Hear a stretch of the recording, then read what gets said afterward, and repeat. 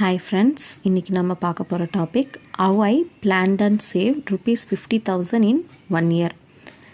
அதாவது last year நான் எப்படி 50,000 சேவ் பண்ணேன் அப்படின்றத பற்றி இந்த video part 1 and part 2 video வரும். பார்ட் 2 நாளைக்கு அப்லோட் பண்ணுறேன்.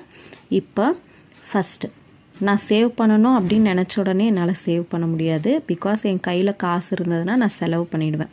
ஸோ நான் சூஸ் பண்ண ஃபஸ்ட்டு ஆப்ஷன் பேங்க்கில் ஆர்டி போட்டுடலாம் அப்படின்ட்டு.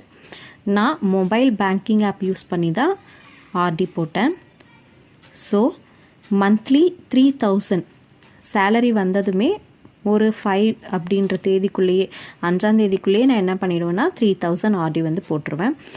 ஒரு மந்த்துக்கு 3,000 அப்படின்னும் போது 12 மந்த்ஸ்க்கு 36,000 வந்துடும்.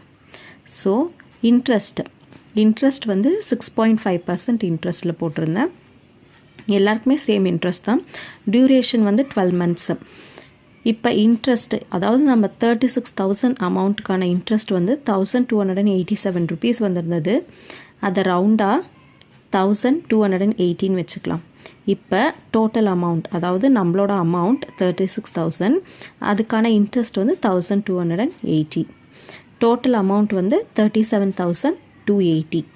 இப்போ இந்த 50,000ல் 37,000 எப்படி நம்ம சேவ் பண்ணோம் அப்படின்றத பார்த்தாச்சு. இதே மாதிரி ஆர்டி போட்டு இந்த வருஷமும் நான் சேவ் பண்ணியிருக்கேன். இதுக்கான வீடியோவும் நான் அப்லோட் பண்ணுறேன். இப்போ நாளைக்கு பார்ட் 2ல் எப்படி மீதி அமௌண்ட் நான் வந்து சேவ் பண்ணேன் அப்படின்றத பற்றி சொல்கிறேன்.